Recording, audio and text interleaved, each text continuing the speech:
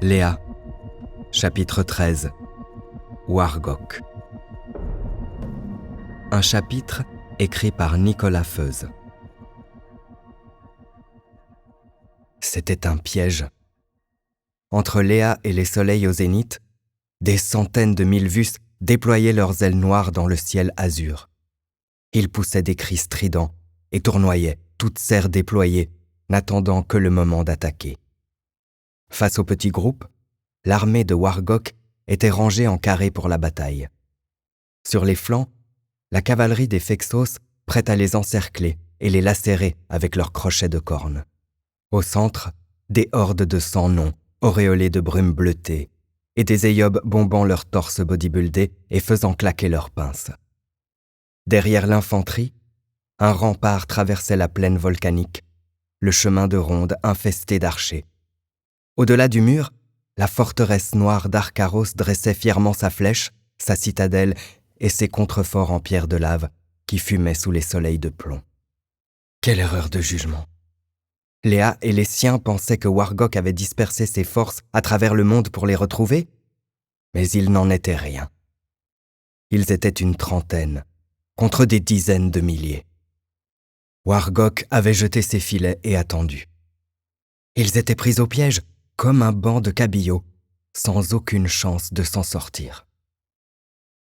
La voix du mal résonna dans l'esprit de l'élu.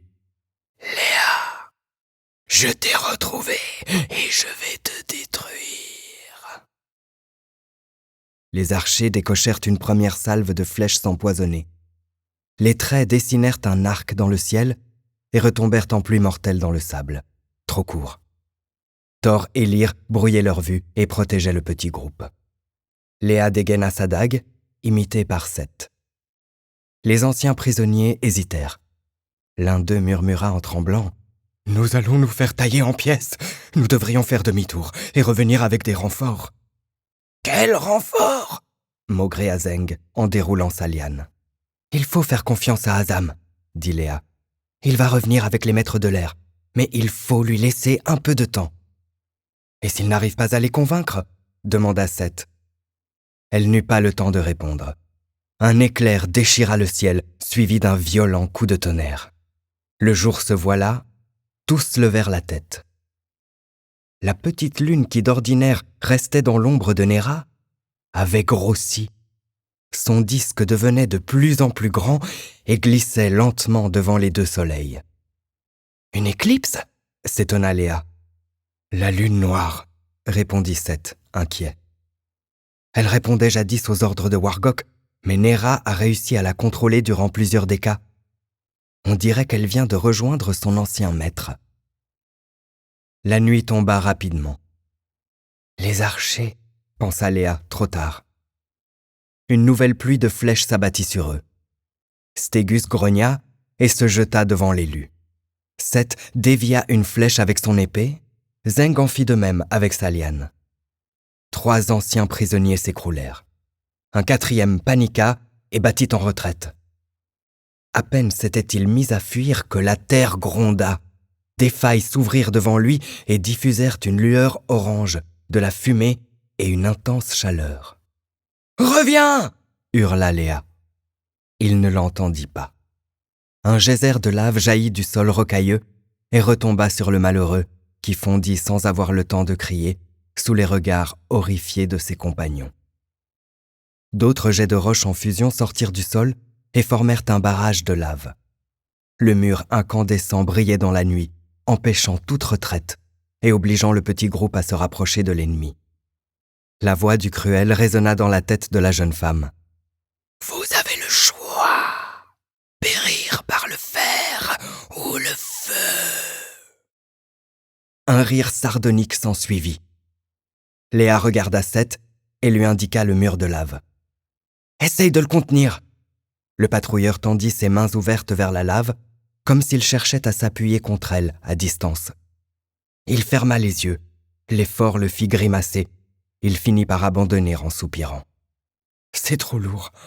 La force de Wargok est trop puissante. »« Tant pis, » conclut-elle. « Préparez-vous à attaquer. Nous aurons plus de chance au corps à corps. Les archers n'oseront pas tirer dans la mêlée. Et s'ils le font quand même, Servez-vous des sans-noms comme bouclier. » Puis elle se tourna vers Stégus et lui donna un ordre par la pensée. « J'espère que tu sais ce que tu fais. »« Je ne suis sûr de rien, mais obéis-moi. » Le Zorg s'exécuta et se dirigea vers l'ancien prisonnier qui portait la lanterne. À cet instant, Léa aperçut une petite colline au milieu des armées. Un homme en haillons se dressait au sommet, pieds et poings liés. Un des fils de Wargok se tenait à ses côtés, une hache à la main. Léa reconnut le prisonnier. C'était son père. « Avant de détruire ton corps, je vais broyer ton âme !» résonna la voix. « Papa !» hurla-t-elle. Sous les yeux médusés de ses compagnons, elle s'élança seule, dague à la main, en direction de l'ennemi. Seth n'eut pas le temps de la retenir. Il cria à son tour. « Léa, non !»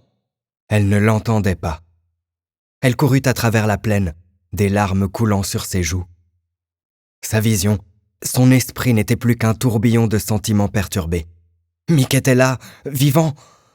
Elle se jura qu'il ne mourrait pas une troisième fois. « C'est un polymorphe !» s'époumonna Seth. Inutile. Léa était déjà trop loin. Il se tourna vers ses compagnons tétanisés, brandit son épée et ordonna l'assaut. « Pour l'élu !» Les visages le fixèrent, d'abord incrédules, puis ils changèrent d'expression et une vingtaine d'épées se levèrent en même temps vers le ciel. Tous crièrent en chœur « Pour l'élu !» et ils attaquèrent. Léa fit tournoyer sa dague, menaçante, et fonça vers un carré de sans nom. Elle s'apprêtait à perforer les plexus quand elle eut la surprise de voir les rangs s'écarter. Les soldats décharnés se retirèrent devant elle sans combattre, puis ils resserrèrent les rangs pour faire obstacle à Seth et son groupe. L'élu traversa le brouillard bleuté en courant, faisant fi de l'odeur putride. Elle gagna le pied de la petite colline sans rencontrer de résistance, comme si l'ennemi l'ignorait. Essoufflée, mais galvanisée par l'idée de sauver son père, elle gravit le monticule, glissa sur les pierres de lave, se remémorant les conseils de sa mère. En montagne, il est exclu de faire demi-tour. Mick n'était plus qu'à quelques mètres d'elle. Elle voyait déjà son visage. Il la regarda, surpris et fatigué. Derrière lui, le Eyob avait brandi sa hache. Il s'apprêtait à le décapiter. Comme un félin sur sa proie, Léa bondit sur le bourreau et planta sa dague dans son cœur. Le colosse lâcha la hache et tomba dans le pierrier. L'élu se redressa et se tourna vers son père. Il lui souriait tristement. Elle se précipita dans ses bras. « Papa !» Elle pleurait, le serrait contre elle. Elle allait lui dire qu'elle l'aimait, quand elle réalisa que le corps de Mick était froid et dur comme de la pierre. Elle s'écarta et vit le visage de Seth à la place de celui de son père. « Moi aussi je t'aime, Léa !» lui dit le beau patrouilleur, et il éclata d'un rire maléfique. Elle recula, vit le visage se transformer à nouveau pour laisser place à un crâne décharné en pierre noire sous un aume d'acier. À la place des yeux, 2 éclats rouges flamboyaient comme des rubis. Le rire persistait, la bouche grande ouverte n'était que néant. Les haillons se déchirèrent, tandis que le corps gagnait en volume. Quand les lambeaux tombèrent au sol, Léa se retrouva face à un géant de lave refroidi. Elle leva sa dague en position de défense. « Wargok, pour te servir !» Il éclata à nouveau de rire, puis reprit plus sérieusement. « Tu es ridicule. Qu'espères-tu me faire avec ça, pauvre petite Médagos? Je maîtrise toutes choses ici. Rien ne peut me vaincre. Même Nera n'a pas su me cacher votre arrivée. Il me suffisait d'attendre que tu viennes à moi. Tu es si faible. » Seth, Zeng et les anciens prisonniers affrontaient le premier rang des sans-noms. Les Eyob arrivaient par les côtés et les encercleraient bientôt. On entendait le bruit des épées contre les armures. Le patrouilleur virevoltait, pourfendait l'ennemi, jetait des boules de feu. Zeng faisait tournoyer sa liane et fauchait des dizaines de guerriers à la fois. Les anciens prisonniers se battaient comme des lions. Une nouvelle pluie de flèches partit des murailles et s'abattit dans la masse, faisant des victimes dans les deux camps. D'un geste rapide, Léa se retourna et poignarda le géant maléfique au niveau du cœur. La lame de sa dague se brisa sur le corps de Pierre. Le cruel la saisit sans ménagement par les cheveux et la força à regarder vers la plaine. « Vois ta pitoyable petite bande, regarde-les mourir !» Stégus n'était pas dans la mêlée. Il se tenait immobile, en retrait au milieu de la plaine. Il lui avait obéi. Un bataillon de Phexos commençait à l'encercler. « Stégus, tu m'entends ?»« Je t'entends, Léa. »« Espoir !» Le Zorg devint 100. « Espoir !» Les 100 orgues devinrent 10 000. Ils ouvrirent simultanément leurs pattes avant droite pour libérer des dizaines de milliers de mini-Uti qu'ils lancèrent sur le champ de bataille. Puis ils firent de même de leurs pattes avant gauche et catapultèrent des centaines de milliers de baies sauvages. Peu à peu, la plaine s'illumina comme en plein jour d'une intense lumière qui venait du sol. Éblouis, les archers se mirent à tirer sur leurs propres troupes. Les orgues se lancèrent dans la bataille et commencèrent par décimer les Phexos. Les Milvus qui jusque-là continuaient de planer dans le ciel fondirent sur les loups. Des créatures ailées restèrent au sol, déchiquetées par les griffes des orgues. D'autres avaient l'avantage et les emportaient dans les airs pour les jeter dans la mer ou sur le sol, éclaboussant la rocaille de sang verdâtre. Bientôt, les forces du mal prirent le dessus. « Que crois-tu avoir gagné avec ta misérable démonstration de force ?» ricana Wargok. Les larmes inondaient les yeux de Léa, qui se sentait impuissante face à la supériorité numérique de l'ennemi. Au milieu des 100 noms, Seth et Zeng se démenaient comme des diables pour ne pas succomber au raz-de-marée qui menaçait de les submerger.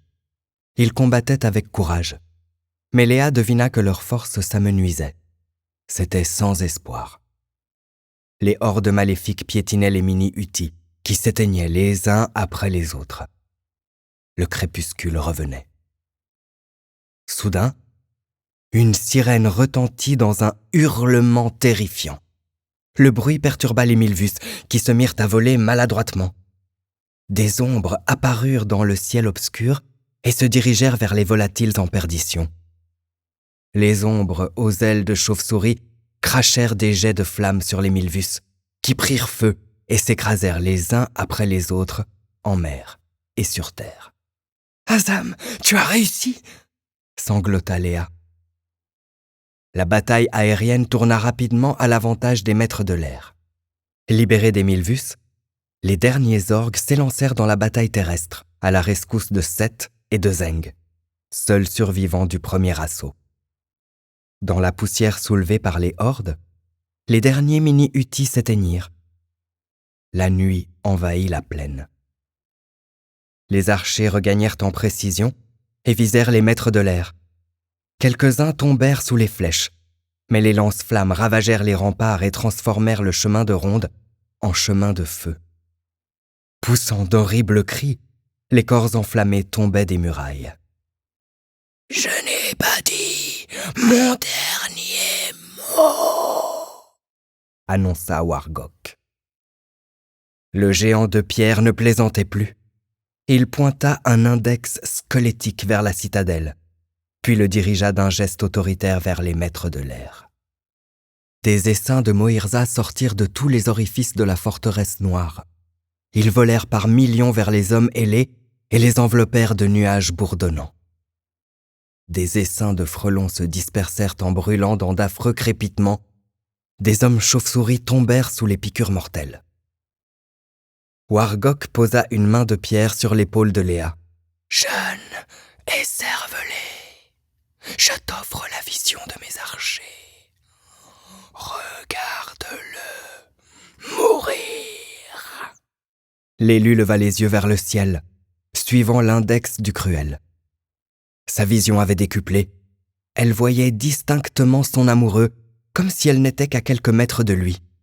Azam se débattait contre un essaim de Moïrza. Il actionna son lance-flamme et brûla les frelons. Mais un second essaim fondit sur lui. Il ouvrit la bouche pour crier, mais une bête entra dans sa gorge.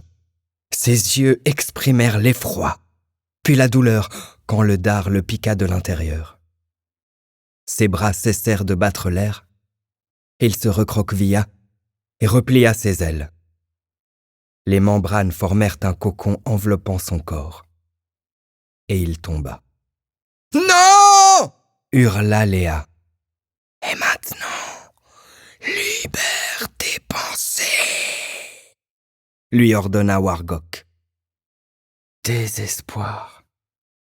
La pensée incontrôlable de Léa fit disparaître les derniers orgues clones qui s'évaporèrent les uns après les autres sur le champ de bataille, tandis qu'Azam, inconscient, continuait de tomber du ciel, telle une comète sur le point de s'écraser. « Ta haine ne peut pas me tuer, mais ton désespoir va tuer tes amis, » lui dit Wargok en lui indiquant la plaine. Elle vit Zeng, qui se protégeait derrière un zorg d'une nouvelle volée de flèches tirées d'une partie des remparts, épargnés par les lance-flammes. « Stégus !» pensa l'élu. « Je suis là !» répondit-il. Elle l'aperçut plus loin sur le champ de bataille, en train de déchiqueter des sans-noms par dizaines. Ce n'était pas lui qui protégeait le vieux sage. « Zeng !» hurla-t-elle, mais le bruit de la bataille couvrit sa voix. Elle vit le dernier clone du zorg disparaître. Les flèches traversaient la légère brume verdâtre qu'il dégagea en s'évaporant et cribler le corps de Zeng. Il lâcha sa liane et tomba à genoux, sous les yeux médusés de Seth. Léa était perdue. Tout allait trop vite. Elle perdait ceux qu'elle aimait les uns après les autres. Elle aurait voulu crier une nouvelle fois son désespoir, pleurer toutes les larmes de son corps. Par sa faute, elle venait de tuer Zeng. Seth était sur le point de se faire tuer à son tour. Il ne tiendrait plus très longtemps, seul au milieu des hordes ennemies. Et son amoureux continuait de tomber. « Stégus, je t'en supplie, sauve Azam !» Le loup releva la tête et vit la comète humaine.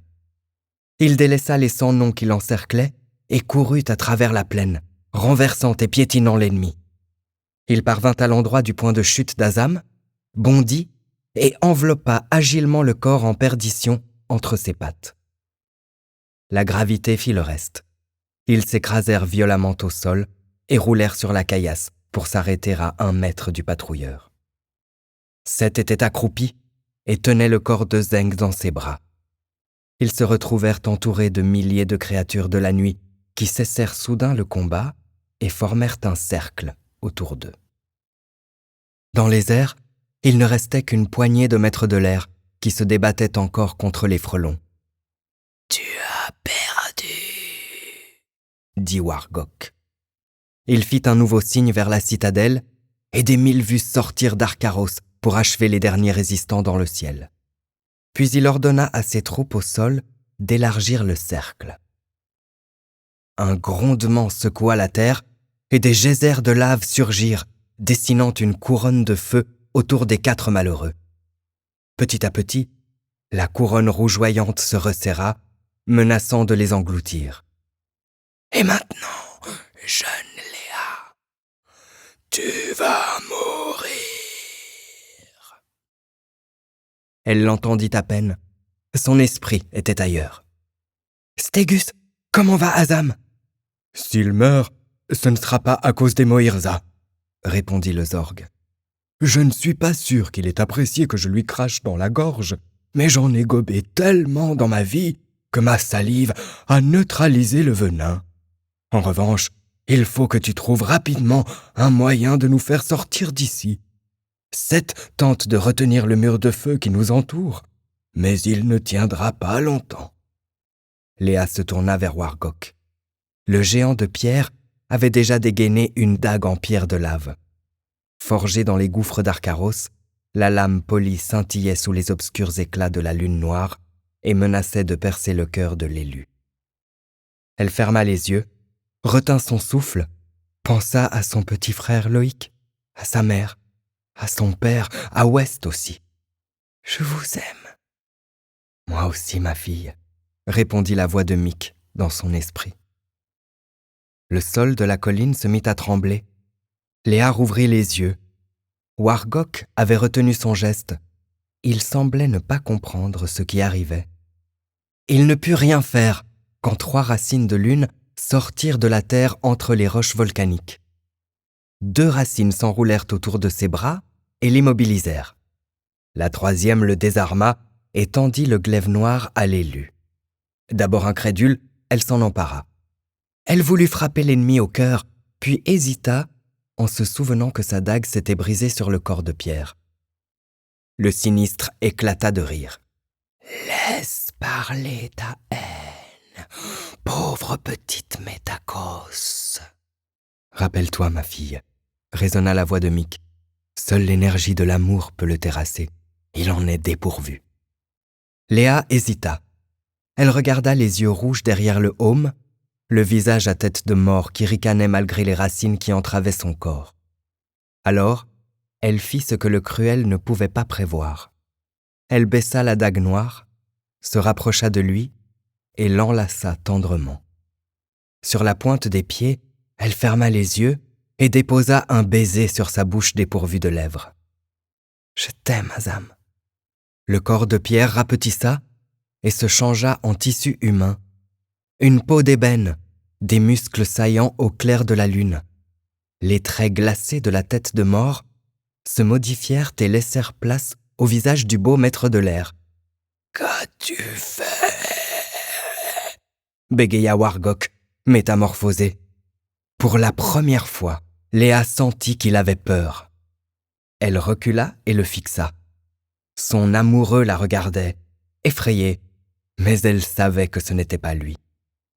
Le polymorphe exprima de la surprise quand la lame noire s'enfonça dans son cœur. « Je t'ai vaincu. » Le corps du cruel se modifia à nouveau, retrouvant sa stature, son aspect de pierre de lave, son horrible crâne dépourvu de chair. Les racines de lune le libérèrent et retournèrent sous la terre. Wargok tremblait. Il regarda son propre glaive, planté dans sa poitrine, et tenta de le retirer sans succès. Il paniqua. L'éclat rouge de ses yeux se ternit et finit par s'éteindre. Tout son corps s'effrita et tomba en poussière noire. Il y eut un grondement dans la plaine. Tous les corps des sans-noms, des Eyob et des Phexos se changèrent en pierre.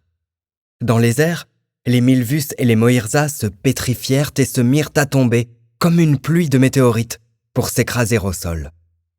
Dans le ciel, la lune noire se mit à faiblir, laissant sa place à Néra.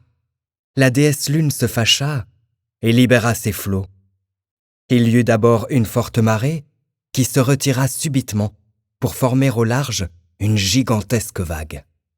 Dans la déferlante, Léa crut voir l'ombre de la Marie-Jeanne, avec son père, son oncle et les matelots qui menaient la charge finale. Le raz-de-marée engloutit la plage et la plaine, balaya les hordes statufiées et figea le mur incandescent qui entourait ses compagnons. Au contact de l'eau, la lave refroidit aussitôt en émettant d'affreux sifflements, dégageant une intense fumée et formant un grand creuset protecteur, dans lequel les derniers mètres de l'air plongèrent. Ils en extirpèrent Seth, Stégus et le corps de Zeng, avant que les flots en furie ne submergent tout. Azam fut le dernier à s'envoler. Il fonça vers Léa et la saisit délicatement dans ses serres. Depuis le ciel, l'élu vit la vague engloutir la petite colline, défoncer les remparts et déferler sur Arcaros. Les contreforts se brisèrent, la citadelle et sa flèche s'écroulèrent comme un château de cartes. La lune noire explosa en libérant une myriade d'étoiles. Néra se retira, satisfaite, et céda sa place à Thor et Lyre. Quand l'eau reflua, toute trace du mal avait disparu.